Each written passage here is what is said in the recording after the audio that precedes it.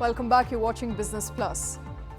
In what came as a shocker to the world of crypto, Binance top boss Changpeng Zhao, also popularly known as CZ, stepped down as the CEO of the largest crypto exchange in the world. He and the company pleaded guilty to US money laundering violations and agreed to fines of more than $4 billion. The $4.3 billion settlement is a part of the deal with the Justice Department, resolves, in fact, criminal charges for conducting unlicensed money transmitter business, conspiracy and breaching transactions and sanctions regulations in the US. Zhao, or CZ, will personally pay $50 million and is barred from all involvement with Binance so far.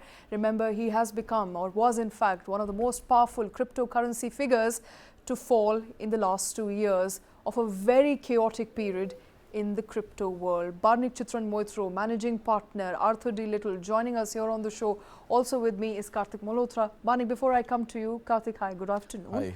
Hi. Quickly run our viewers through what has happened. Very serious charges on the Binance CEO. He has pleaded guilty and also agreed to pay the fine. Well, to put it in a nutshell, Shweta, what really happened was that a Chinese origin man doing business in China, when he started his company Binance in 2017, had to move out of China in 2018 because of the regulations that came in China, had operations in Japan, had operations in parts of Europe, had operations in US and then in Canada. So primarily, I think what came under question really was that while cryptocurrency as an asset, as a financial asset, could be borderless, but the fact that a person or a company cannot remain borderless, that is one of the main issues that has come up, because whichever state you're doing businesses, wherever you're headquartered, wherever your company is registered, you've got to follow the rules and the laws of the land.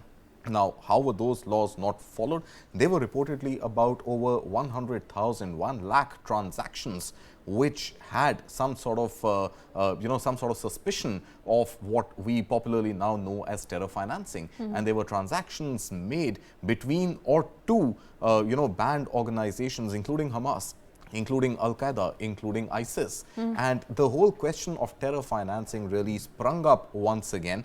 And like you mentioned, I think it's a shocker for the world of cryptocurrency, simply because it comes pretty much weeks after Sam Bankman-Fried, the founder of FTX, has been sentenced for life. And FTX, of course, collapsed about a year or so ago. And now we are looking at a $4.3 billion payout to US government, US the judiciary system, on account of the misgivings by Binance, and personally the CEO, CZ as he's popularly known, now stepping down. Now, what is the real tremor in the world right now? I think at some level there are questions that arise again on crypto regulations. At some level, there are questions again that arise on the fact that a borderless currency still needs some sort of regulation, and the exchanges and the companies that either mine bitcoins or permit the exchange and transaction of Bitcoin, despite the technology being blockchain, despite the double ledger system being followed on the blockchain, you still need to know where is the money coming from, where is the money going. And at some point, I think those tough questions will have to be answered by everybody in the world of crypto. That how do you prevent terror financing? Absolutely. And how do you prevent the fact or how do you make sure that the money that is being made and the money that is being remitted is done legally and is done, it might be faceless, it might be tokenized, but it has to be money that is accounted for. Absolutely. Let's also get in Barnik into this conversation. Barnik, hi, good afternoon. What are you making of these developments in the crypto world? Sam Bankman-Fried and now CZ, both of these men touted to be the topmost bosses of two most popular crypto exchanges, toppling like dominoes one after the other. What are you making of what's going to happen with the crypto world? It seems that US is now putting a lid on to what extent you can operate in a currency that has no borders. Yeah, so I think we should treat the two cases of SBF and CZ differently. I think Sam Bankman-Fried is a clear case of fraud and stealing customer money, which he has already been found guilty of and is awaiting sentencing. I think the Sam Bankman-Fried case is very similar to actually the Bernie Madoff case, right? And crypto just happens to be an instrument of use.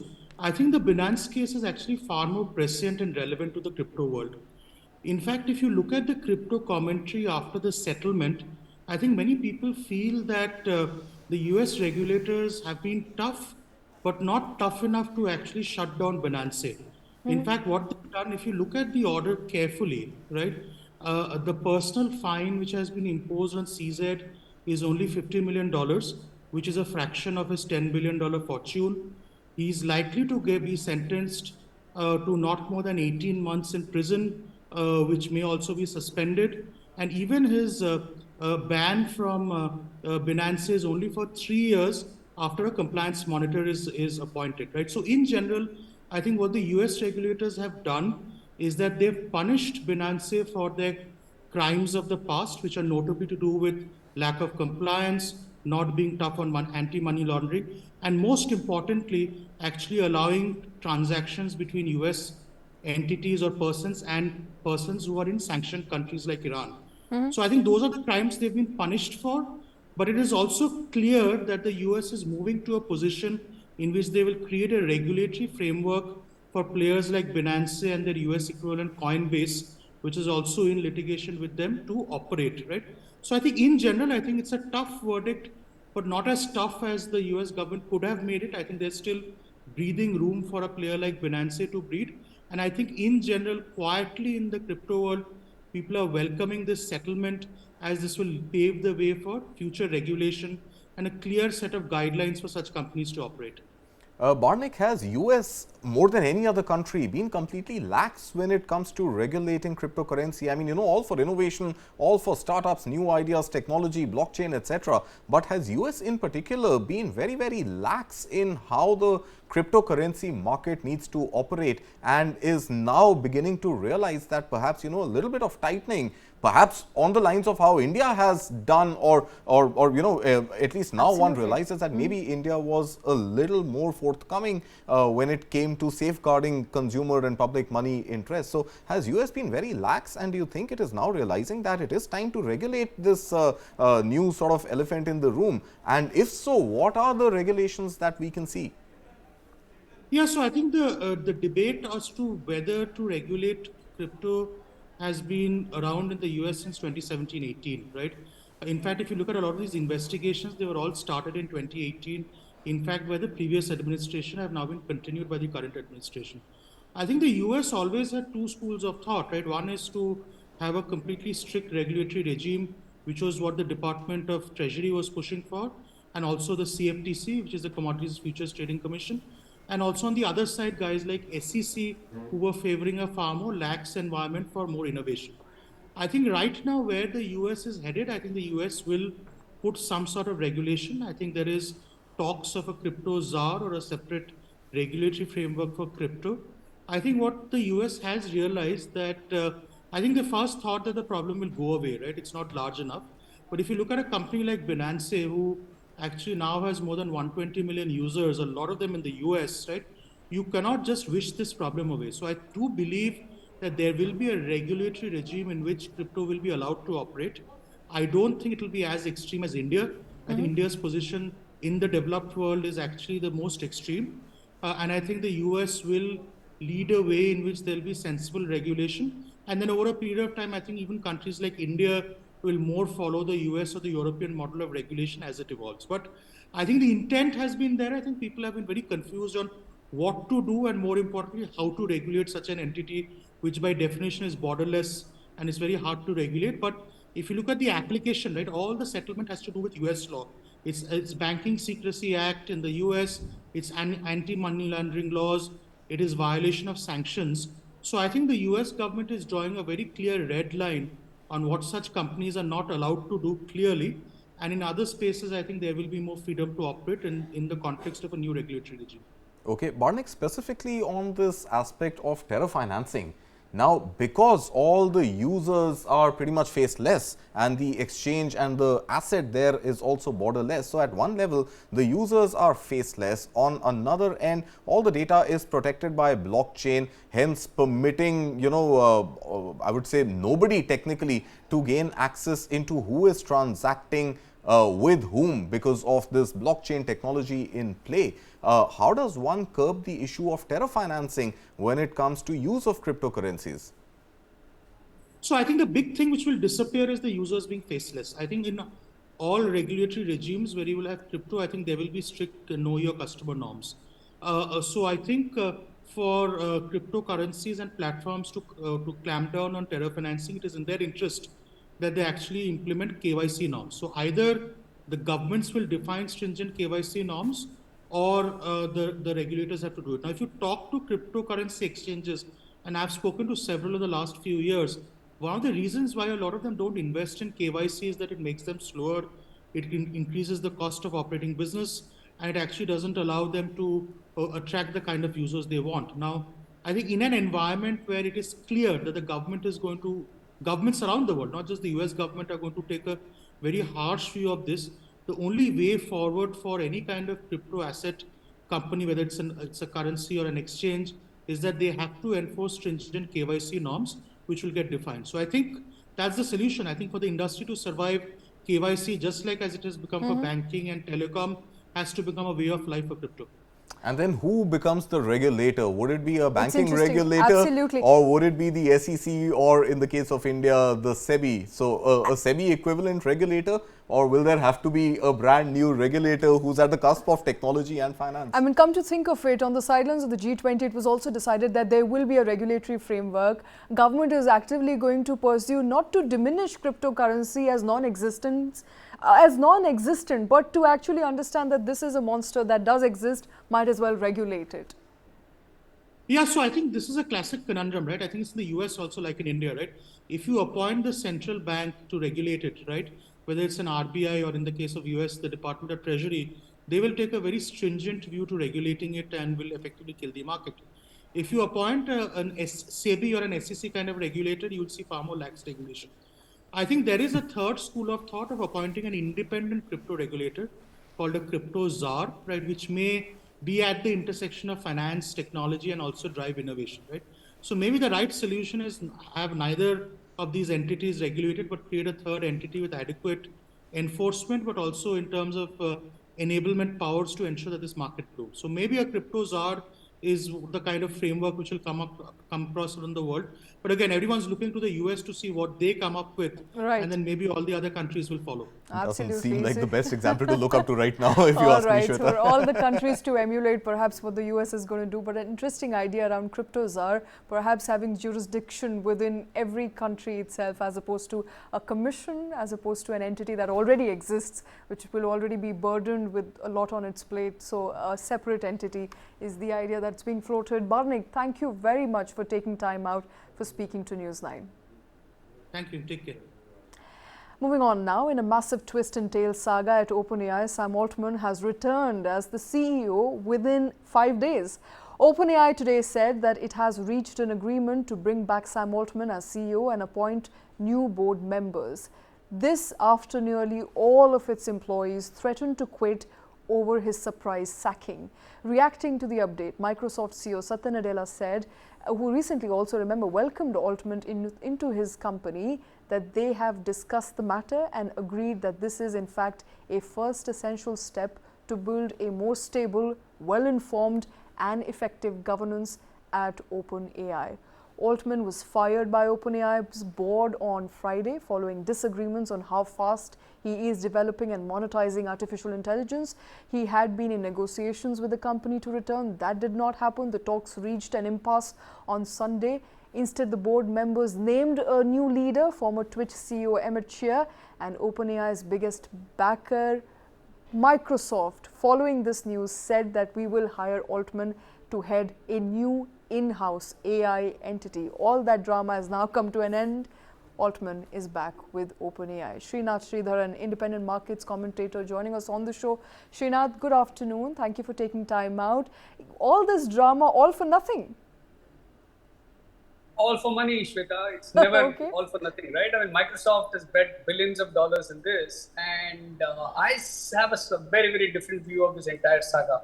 I think it also questions us about corporate governance. You are the largest investor on that company. Microsoft is the largest investor in OpenAI. Were they not privy to the reasons why Altman was fired? And even if they were not, there were questions of were they privy or were they allowed there? Two, you just go out and poach the just fired CEO of one of your largest investee companies. And then you publicly, it's almost like allowing for, in the Indian context, it's all about the union garrowing the board of directors stuck inside the factory. Very similarly, 700 out of 780 employees saying we will all resign and go. So this is a company which has now seen 5 CEOs in 5 days, literally. So to me, it's not a great story. It might sound very, very Bollywoodish. I think the tech world will celebrate. What are you saying, Srinath? This is as Bollywood as it gets. 5 CEOs in 5 days. Yeah, it is as Bollywoodish, but I'm saying that it also smacks very poorly of corporate governance. One of the largest tech companies, the second largest valued tech company in the world, Microsoft, behaving like this with its portfolio company. And either ways, I mean, Satya Nadella wins, right? Let's say if Sam Altman did not return, he would have brought them in, and at some point this company would have collapsed. You would have folded it into Microsoft, so you look like a winner. The other way around, now that he's retired, returned, you actually fired the old board of directors. Then the question is, why did you not change those board? Or if you had a disagreement with that board, was there a better way of dealing with it? So I see it from the alignment or the lens of corporate governance, saying if this had happened in India, I can tell you the entire world would have spoken about how there is nepotism and all of that. So it's a classic lesson.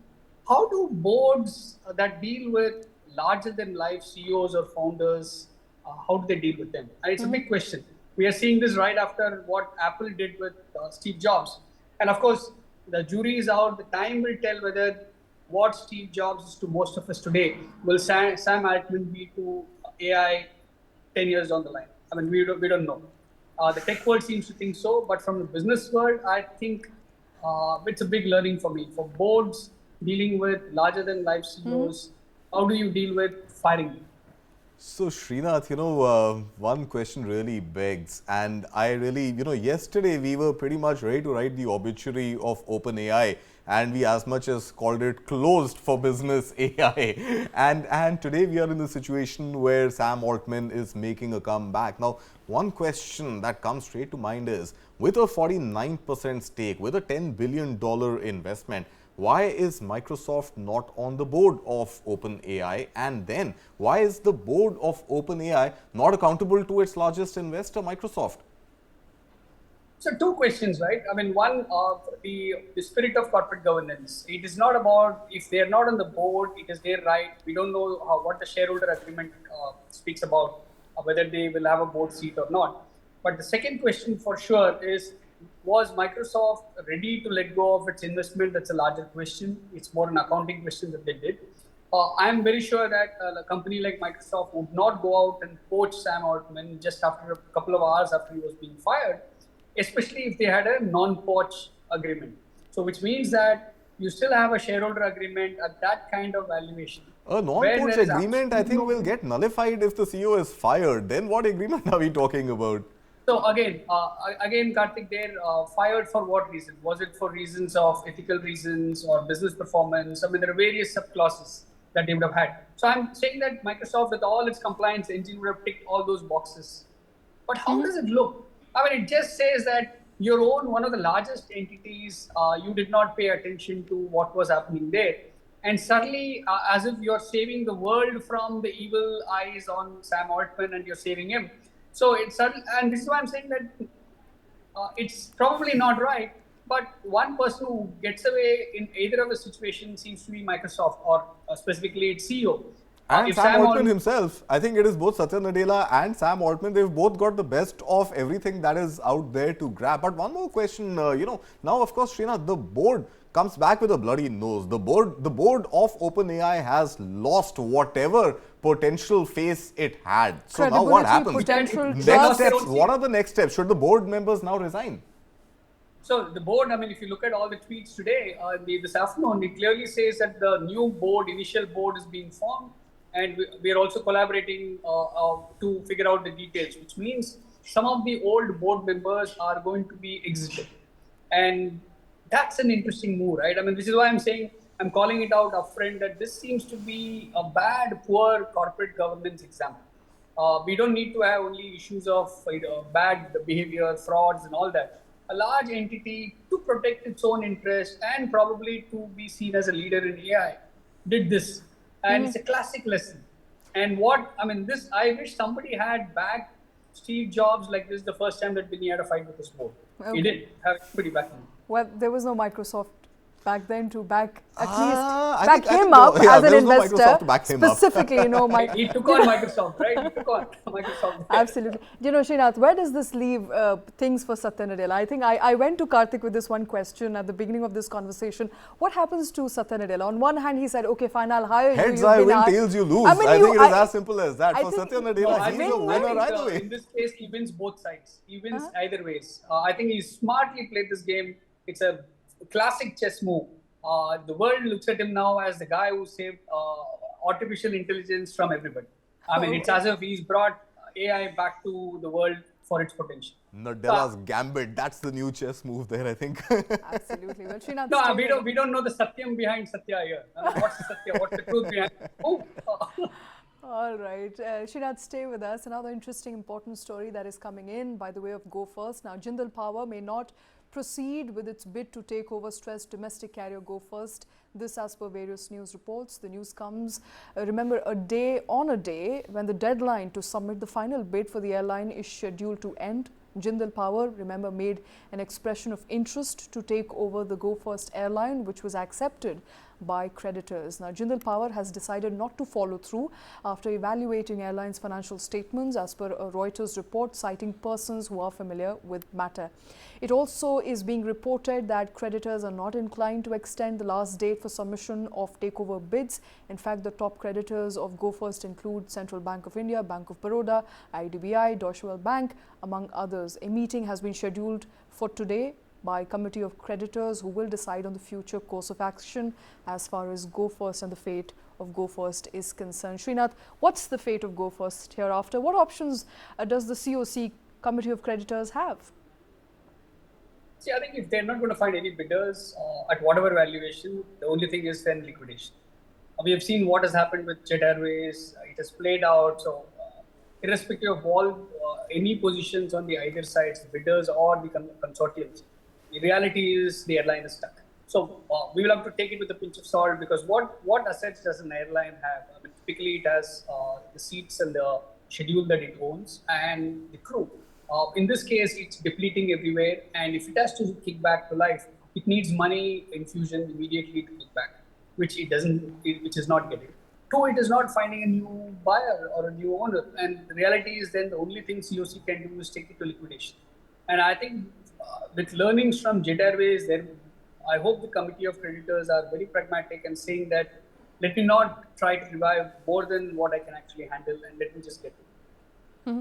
Is it end of road, Karthik, for Go First, not coming back? Looks like, Shweta, pretty much it is the end of the runway. It had been taxied to the runway. I think with that expression of interest by Jindal Power, there was some hope that perhaps a bid would be made. And Srinath is right. I think in the absence of owning physical assets, how do you put a value to the company? And what is the real value of a grounded airline that doesn't have assets? I mean, even in a traditional 3x, 4x of revenue valuation, revenues for the last 6 months have been zero. So 0 into 3, 0 into 4 into whatever is zero. So now how do you make a bid for an airline which has been grounded, which doesn't have assets and nobody else sees value in it? So I see it pretty much as the end of the runway for Go First ambitions to ever take off. Of a possible pump in money, a credit line that could come in. Let's see what comes out of the COC meeting. Remember, about 3 months, 4 months ago, they had agreed to infuse another 450, 500 crore rupees or so for the airline to at least continue on the litigation charges, payment of salaries, etc., and any other pending dues that they might have had. But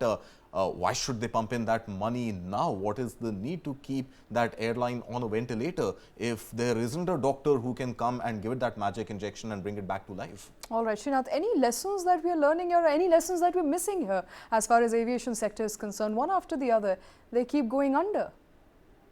See, I think the classic one that we've heard time and again, right? Billionaires enter this space and get out as millionaires. The largest challenge, I think, seems to be that everybody wants a shortcut for valuation gain. And we've been also in the race for announcing large aircraft deals. I mean, every single airline in India, whether it was Sahara, whether it was East West Airline, whether it was Jet Airways, did those all large announcements and deals, and none of them exist. So I think we will have to look at real change in business models and saying that can you also run models without physically owning a lot of those assets? Leasing model is brilliantly available everywhere. And two, it's a very, very tough business. It is a competitive business. So I think the projections that they make, I hope none of them showcase 70 to 80% occupancy from year two to say that they will be very, very profitable. It's a tough, cutthroat business. While everybody says that with newer airports opening across India, we've crossed over 200 airports now. The shorter flights, smaller cities that you operate, the shorter turnaround time, it all boils down to operational efficiency. So I think, can we learn lessons from this and get them right? Because the real challenge in India is we almost seems to be working with only duopoly in India, right? Currently, you have one Air India / Vistara and Indigo. I'm not even counting SpiceJet and others. With these two large players with large market share, the reality is we can do with third and the fourth and the fifth decently sized large fleet ones. Where are they? And I think anybody coming in with a large intent and saying, I will stay invested for 7 to 10 years, I think they should enter the business. So this would have been a great ideal move for anybody entering in the COC race, saying that I don't need to pump in that kind of money. I'm entering at a fractional value of that business. And if they had the operational patience to turn it around, it's a good business. And we see everywhere that people are now flying more. And I think very classic, right? If you look at the Indigo's balance sheet, the F&B revenues outstrip a lot of passenger seating revenues in many cities. So it looks like people are flying less but eating more, or flying as much as they're eating in planes, perhaps. That is the message. It is a good business, but a business that does not seem to have enough players or sustain momentum for a very, very long time. Wafer-thin margins, extreme operational efficiencies that are unable, or many players are unable to meet in due time, resulting in players going under one after the other. Go First saga for now is over. There is a full stop, unfortunately. We've reported over days and weeks perhaps of the possibility of Go First coming back. That seems very unlikely today. Srinath Sridharan, thank you very much for taking time out for speaking to News 9. Thank you. With that, it's the end of the show. Thank you very much for watching.